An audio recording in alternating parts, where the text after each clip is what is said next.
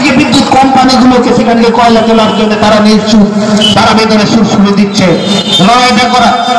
আর আজকে বিজেপির যারা বিরোধী নেতা আজকে সুমন্ত অধিকারী বলছেন শৌচাভোজনী কেসটা ক্লোজ, আর আজকে ইউনিসি দিচ্ছেন কেন্দ্র সরকার।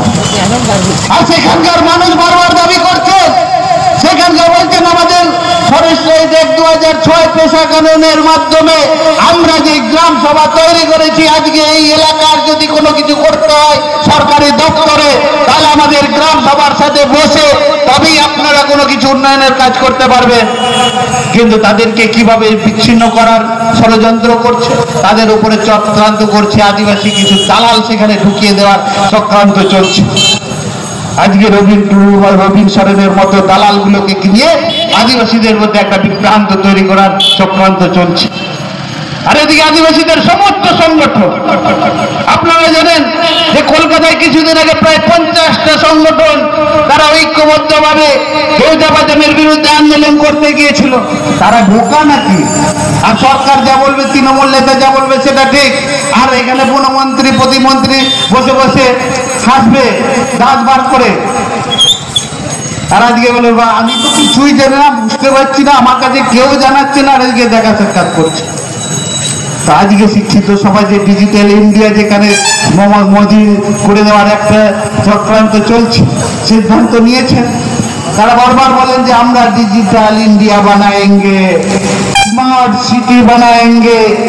তো আজকে আমরা কেন বলতে পারছি না যে আজকে এই আদিবাসী অধ্যুষিত এলাকায় একটা আপনি স্মার্ট ভিলেজ করে দেখান, যেখানে এই এলাকার সমস্ত মানুষ শিক্ষা, স্বাস্থ্য থেকে আরম্ভ করে সমস্ত পরিষেবা যাতে পায়, সেই জায়গাটাকে আপনি করে দিন। আপনারা কেন আমরা বলতে পারবো না? কারণ সেটা বলতে গেলে ইউএপিএ আইন আছে। আমার পূর্ববর্তী বলেছিল শিলাদিত্যর মতো উচিত কথা বলতে গেলেই বলবে মাওবাদী মাওবাদী মাওবাদী। আর আজকে আপনারা নিশ্চয়ই জানেন যে তাদের নেতা মন্ত্রীরা যদি আজকে নারদা সারদার মতো কেলেঙ্কারি নিয়ে রাত 12টার সময় আদালত বসাতে পারেন, আর আপনারা প্রশ্ন করবেন না এই এলাকায় 7, 8, 9 দলের যে লালগড় আন্দোলন হয়েছিল, সেখানে অনেকেই বিনা বিচারে এখনো পর্যন্ত জেলে পড়ে পড়ে মার খাচ্ছে, এখনো পর্যন্ত তারা জেল কাটছে। তাদের ন্যায় বিচার কেন হবে না? তাদের কবে বিচার হবে? আপনারা কেন প্রশ্ন তুলতে পারবেন না বলুন তো? কারণ যে যদি বলবো, যদি আমাদেরকে আবার মাওবাদী বলে ঢুকিয়ে দেয়, আমাদেরকে যদি কেস দেয়, সেই কারণে আমরা বলতে চাই বুক চিতিয়ে লড়াই করার সময় এসেছে। আজ যদি নয়, এখন যদি আমরা এর বিরুদ্ধে লড়াই সংগ্রাম সংগঠিত করতে না পারি, এই বিজেপি যদি আরো 2014 সালে একক সংখ্যাগরিষ্ঠতা ভাবে ক্ষমতায় আসে, তাহলে আমাদের ভোটাধিকার কেড়ে নেওয়া হবে। আমাদের সমস্ত যে সাংবিধানিক অধিকার আছে সংবিধানে, সেই সংবিধানটাকে ফেলে দিয়ে তারা মনোভাব প্রতিষ্ঠিত করবে। তখন আমরা গোলামিতে পরিণত হবে, মানে ভারতবাসী গোলামে পরিণত হবে। সেই জায়গা থেকে এই লড়াইটা কিন্তু এখন মাটিতে দাঁড়িয়ে করতে হবে, চোখে চোখ রেখে লড়াই করতে হবে এবং তাদেরকে সামনে রেখে করতে হবে। কেন জনবিরোধী আইনগুলোকে একটার পর একটা পাস করছেন? আগে এইগুলোকে বাতিল করুন। আগে আপনারা বলুন, ইন্ডিয়ান সেকুলার ফ্রন্ট যেমন বলছেন, আপনারা নিশ্চয়ই জানেন, আরো পিছিয়ে যায়, আপনারা নিশ্চয়ই জানেন যে বিধানসভায় যখন শপথ নেন তখন অনেকেই আল্লাহর নামে, ভগবানের নামে তারা শপথ গ্রহণ করে। কিন্তু আমরা যেহেতু সমাজ পরিবর্তনের কাজে নেমেছি, আমরা ইন্ডিয়ান সেকুলার যেহেতু ভারতীয়দের অধিকার রক্ষা প্রতিষ্ঠিত করার লক্ষ্যে নেমেছি, যেহেতু আমরা ভারতের সংবিধানটাকে বাস্তবে রূপ দেওয়ার জন্য আমরা এই ইন্ডিয়ান সেকুলার ফ্রন্ট জন্মগ্রহণ করেছে, সেই কারণে আমাদের চেয়ারম্যান নওশাদ সিদ্দিকী ভাইজান, যাকে ভাঙড়বাসী আজকে তাদেরকে ধন্য আমরা মনে করি, যে অন্তত সেই বলারটাকে, সেই কাজটাকে কাজ করিয়ে দেখার মতো জায়গা করে দিয়েছে। সেই কারণে নওশাদ সিদ্দিকী ভাইজান বিধানসভায় প্রথমে গিয়ে উনি সংবিধানকে সামনে রেখে শপথ গ্রহণ করেছেন। বলছেন আমি ভারতীয়, অতএব আমাদের লড়াইতে আমার অধিকারগুলো আছে, আমি যে কথা বাচ্চাদের মধ্যে যেটা নিয়ে লড়াই করবো সেই ওই লড়াইটা আমার সংবিধানে আছে। অতএব সংবিধানকে শপথ নিয়ে সংবিধানকে প্রতিষ্ঠিত করা আর জনগণ যারা ভোট দিয়ে জিতিয়েছে তাদের অধিকারকে প্রতিষ্ঠা করার লড়াই আমি আছে। তাই সংবিধানকে আমি মান্যতা দিই, তাই সংবিধানকে সামনে রেখে আমি শপথ করব। আর শপথ নিয়ে যখন প্রথমেই উনি বিধানসভায় ঢুকেছেন তখনই বলেছেন এই সংবিধানটাকে পাঠ্যপুস্তকে রূপান্তরিত করতে হবে, যাতে আজকে সাধারণ গরিব খেটে খাওয়া মেহনতি মানুষের ছেলে মেয়েরা স্কুল কলেজে যাতে এই সংবিধান পড়তে পারে আর নিজেদের অধিকার বুঝতে পারে, সেই কারণে পাঠ্যপুস্তকে নিয়ে আসতে হবে। কোনো রাজনৈতিক দল তাকে সাপোর্ট করেনি, হাঁ করে শুধু দাঁড়িয়ে দেখেছেন। অতএব এই তৃণমূল আর বিজেপি ভারতের একজন আপদ আর একজন বিপদ। আজকে আমাদেরকে ভাবতে হবে এই দুই শক্তির বিরুদ্ধে লড়াই অত সহজ নয়। আমরা যদি ঐক্যবদ্ধভাবে না হই, আজকে তারা যে অপপ্রচার চালাচ্ছেন সাম্প্রদায়িক শক্তি, নিজেরা সাম্প্রদায়িক, আজকে সেই কারণে আজকে এখানে যত মানে বিভাজন করে দিয়েছেন সমস্ত 85% মানুষ ঐক্য করার জায়গা, সেই প্ল্যাটফর্ম হচ্ছেন আমাদের ইন্ডিয়ান সেকুলার ফ্রন্ট। তাই ইন্ডিয়ান সেকুলার ফ্রন্টের হাত থেকে শক্ত করতে হবে।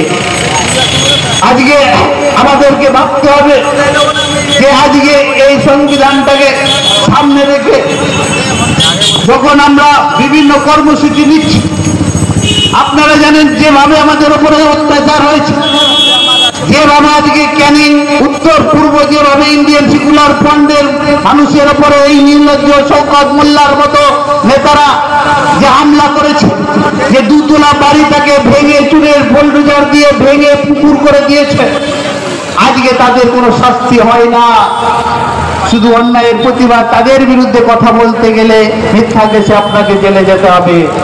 আজকে সেই ন্যায় বিচার জানার জন্যই আপনারা নিশ্চয়ই জানেন গত আমাদের যে প্রতিষ্ঠাতা দিবস ছিল 21শে জানুয়ারি, সেই 21শে জানুয়ারির দিনে আমরা কলকাতায় যখন সেই দাবিগুলো তুলেছিলাম তখন আমাদের ইন্ডিয়ান সেকুলার ফ্রন্টের কর্মীদের উপরে নির্লজ্জভাবে লাঠি চালিয়েছিল এবং আমাদের নওশাদ সিদ্দিকী সহ আমাদের সমস্ত নেতা মন্ত্রীদেরকে 42 দিনের উপরে জেল খাটিয়েছিল মিথ্যা কেসে। তাই আমাদের এই লড়াই সাধারণ গরিব খেটে খাওয়া মেহনতি মানুষকে এই অধিকার বাক স্বাধীনতা ফিরিয়ে দেওয়ার জন্য আজকে একটার পর একটা যে অধিকারগুলো সাধারণ মানুষ এতদিন ধরে আন্দোলন করে পায়নি, সেটা একমাত্র রাজনৈতিকভাবে রূপ দেওয়ার জন্যই আমাদেরকে করতে হবে। আর যারা বলেন যে নন পলিটিক্যাল ভাবে আমরা আমাদের অধিকার রক্ষা করবো, নন পলিটিক্যাল ভাবে, তো বন্ধুগণ আমি তাদেরকে বলবো এই দেশ চলে পলিটিক্যালি ভাবে। আজকে তারা সব বিচার করে সমস্ত ইস্যু, আপনাকে যে অত্যাচার হচ্ছে সেটাও রাজনৈতিক ইস্যু, আজকে সমস্ত ইস্যু হয়েছে রাজনৈতিক। আর আজকে রাজনৈতিক ভাবে তাদের জবাবটা যদি না দিতে পারে তাহলে আপনাকে যখন তখন মাওবাদী তকমা দিয়ে, রাষ্ট্রদ্রোহী তকমা দিয়ে, বিচ্ছিন্নতাবাদী তকমা দিয়ে, মিথ্যা মামলা দিয়ে, গেঁদা কেস দিয়ে আপনাকে শুধু শুধু হ্যারাসমেন্ট করবে। আজকে আমাদের ইন্ডিয়ান সেকুলার ফ্রন্টের যে লড়াই, এই লড়াইয়ে পশ্চিম বাংলার যে পুলিশের অধিকাংশ মানুষরাই আমাদেরকে বলছেন, স্যালুট জানাচ্ছেন যে ইন্ডিয়ান সেকুলার ফ্রন্ট আমাদেরকে যাতে বস্তুতা স্বীকার করতে না হয় সেই কারণে যে লড়াইটা দিচ্ছেন আমরা ধন্য। আজকে একমাত্র ইন্ডিয়ান সেকুলার ফ্রন্টেই আজকে যেসব মানুষরা আজকে বঞ্চিত, শোষিত, নিপীড়িত হয়েছে তাদের পাশে থাকার জন্য যে লড়াইটা দিচ্ছে আপনারা নিশ্চয়ই জানেন। সেই কারণে আমরা বিকল্প হিসেবে ইন্ডিয়ান সেকুলার ফ্রন্টকে যাতে প্রতিষ্ঠিত করতে পারি, সেই শক্তিটাকে যাতে আমরা সহযোগিতার হাতটাকে আমরা বাড়াতে পারি, এর জন্য আপনাদের কাছে অনুরোধ করব যে আপনারা এতদিন ধরে মানে 17 বছর ধরে 17টা ট্রাম আপনারা পার করেছেন বিভিন্ন এমপিদেরকে ভোট দিয়ে। তো একবার আপনারা টুকুন, একবার ইন্ডিয়ান সেকুলার ফ্রন্টকে দিয়ে ভোট দিয়ে আপনারা দেখুন আজকে আমি কি প্রশ্ন তুলছেন। এখানে যে সাম্প্রদায়িক শক্তি যে বৃদ্ধি পেয়েছে আমরা বুঝতে পেরেছি, তারা অপপ্রচার করছে। এখানে বলছেন সর্বদিন মুসলিমদের দলে তোরা কেন আদিবাসীরা ওখানে কেন করছে, আদিবাসীরা ভোট দেবে তো আবার মুসলিমদেরকে বলছে যে এখানে মুসলিম কত সংখ্যা আছে, আদিবাসীরাই ভোট দেবে না, আদিবাসী সংরক্ষিত আসনে। তো আজকে যদি না বিজেপি চলে আসবে তো বিজেপির ভয় খাওয়াচ্ছে। তো আমি সেই সংখ্যালঘু ভাইদের, মুসলিম সম্প্রদায়ের ভাইদেরকে বলবো যে দীর্ঘ 5 বছর ধরে আমরা বিজেপি ক্ষমতায় ছিল, আপনাদের কি ক্ষতি হয়েছে বলুন। আজকে আমাদেরকে ভাবতে হবে যে আজকে নিজেদের অধিকার যেমন আমরা লড়াই করার জন্য প্রস্তুত নিয়েছি, যে তিমিরে আমরা ছিলাম সেই তিমিরেই আছে। আজকে যে নওশাদ সিদ্দিকী ভাইজান বলছে একমাত্র বিধায়ক, উনি বলছেন যে ওয়াকফ বোর্ডের সম্পত্তি আমাদেরকে বুঝিয়ে দিতে হবে। আজকে কোনো এমএলএ এমপি সংখ্যালঘু সেল বলছেন না যে আজকে এই ঝাড়গ্রামে উত্থান থেকে আজকে সংখ্যালঘু সেলকে অনেক মর্যাদা দেওয়ার চেষ্টা করছেন তৃণমূল কংগ্রেসের নেতারা। আমি তাই এই এলাকার সংখ্যালঘু মুসলিম সম্প্রদায়ের ভাইদেরকে বলবো যে আপনারা প্রশ্ন করুন যে আমাদের নওশাদ সিদ্দিকী ভাইজান যে আদিবাসীদের জন্য যে কথাগুলো বলেছেন, যে দাবিগুলো রেখেছেন, এখনো পর্যন্ত আপনারা কেন সেগুলোকে লাগু করেননি, কেন তার জবাব প্রশ্নের উত্তর দেননি? আগে ওই প্রশ্নগুলোর উত্তর দেন, তারপরে আপনারা বড় বড় কথা বলবেন। আজকে নিজেদের অধিকার রক্ষার যে লড়াই নিজেরা, আমি শুধু আপনাদেরকে এইটুকুই বলবো, আপনারা বিগত নির্বাচনগুলো দেখেছেন, আর বিগত নির্বাচনে দেখবেন যে দীর্ঘ 75 বছর ধরে বয়ে চলা যে রাজনৈতিক পরিবেশ, সেখানে আমরা দেখব যে রাজনৈতিক সংঘর্ষ হলে বলি কারা হয়, দেখবেন হয় আদিবাসী, তাহলে দলিত, তাহলে মুসলিম। আর আজকে যাদের জন্য আমরা লড়াই করে নিজেরা মরছি, তারা এক টেবিলে বসে তারা বললেন কিরে তোদের দল চলবে না, আমাদের জলায় চা খেতে আয়, এক টেবিলে বসে তারা চা খাবে। আর আমরা কেন সৌজন্যের রাজনীতি করতে পারি না? সেই কারণে আমাদের চেয়ারম্যান নওশাদ সিদ্দিকী বারবার বলেন যে আমাদেরকে সৌজন্যের রাজনীতি করতে হবে, আমাদের মধ্যে ডিবেট করতে হবে, আমাদের এই এলাকায় বসে এলাকার উন্নয়ন কিভাবে হবে তাই দায়িত্বটাকে আমাদেরকে নিতে হবে। এই এলাকার যদি আমরা শান্তি চাই, এই এলাকার যদি আমরা উন্নতি চাই, তো এখানে মমতা ব্যানার্জি এসে উন্নতি করতে পারবে না, এখানে এইখানে বিভিন্ন বড় বড় নেতারা এসে উন্নতি করতে পারবে না। উন্নতি করতে গেলে এই এলাকার মানুষকে ভাবতে হবে। সেটা নিয়ে আমাদের আদিবাসী সংগঠন লড়াই করছে, যে স্লোগানটাকে তুলে ধরেছে যে লোকসভা না বিধানসভা, সবচেয়ে বড় গ্রাম সভা, সেই গ্রাম সভাটাকে কিভাবে প্রতিষ্ঠিত করতে হবে, গ্রামের মানুষের মর্যাদা কিভাবে দিতে হবে, আজকে মাঝি পারগানাদের মর্যাদা কিভাবে ফিরিয়ে দিতে হবে, সেই জায়গাটাকে তৈরি করার জন্য আজকে আপনাকে ইন্ডিয়ান সেকুলার ফ্রন্টকে খামচিহ্নে ভোট দিতেই হবে। আর আপনি যদি বলেন না আমরা গোলাম বস্তুতা স্বীকার করে থাকবো, আজকে তারা নেতাদের চামচাগিরি করব, নেতারা যা বলবে সেটা মানবো, আজকে তা বিভিন্নভাবে আমাদের সমাজটাকে শেষ করে দেওয়ার চক্রান্ত করে দিয়েছে। আমাদের মহান ব্যক্তিরা বলে থাকেন, আমি শুধু একটা কথা স্মরণ করতে চাই যে আজকে একটা জাতিকে শেষ করতে গেলে তাদের প্রথমে তারা বলেন যে আগে ভাষা শেষ করো, তাদের যে সমাজ সংস্কৃতি সেটাকে ধ্বংস করো, বিভিন্নভাবে ধ্বংস করে তাদের জাতিটাকে শেষ করে দাও। আজকে আমাদের সেই অবস্থা এসে দাঁড়িয়েছে যে আজকে যারা রাষ্ট্রীয় দল ক্ষমতায় আছে তারা আমাদের ভাষাটাকে শেষ করতে চায়, আমাদের সমাজ শেষ করতে চায়, আমাদের ধর্মটাকে শেষ করতে চায়। সেই কারণে আমরা দেখি যে এলাকা বিভিন্ন সামাজিক সংগঠন বললেন যে আমরা ধর্মের স্বীকৃতির জন্য লড়াই করছি, কোর্ট কলমের জন্য। আদিবাসী সম্প্রদায়ের মানুষরা বলছেন চারি ধর্ম নাহলে সারনা ধর্মের কোর্ট কলম দিতে হবে, করতে হবে। আরে ভাই, আমরা নিজেরা আগে সেখানে সেটাকে মান্যতা দিই। আজকে এই সরকার কেন বলবেন, আজকে কেন অপযুক্তি দেবেন, কেন বলবেন যে আদিবাসীরা যে আজকে শিকার উৎসবের নামে আজকে বনের সমস্ত বন পশুগুলোকে শেষ করে দিচ্ছেন, তাই বনাঞ্চল থেকে উচ্ছেদ করতে হবে। এর জন্য যে পশুপ্রেমিক সংগঠনরা যে মামলা করেছিল এককভাবে, সেই রায়টা দিয়ে সুপ্রিম কোর্টে সিদ্ধান্ত হয়েছিল, সেখানে কোনো রাজনৈতিক দল প্রতিবাদ করেননি তো যে আদিবাসীদেরকে কেন উচ্ছেদ করতে হবে বনাঞ্চল থেকে। সেখানে একমাত্র আমরা দুটি সংগঠন আমরা তার জন্য লড়াই করেছিলাম আইনিভাবে সুপ্রিম কোর্টে।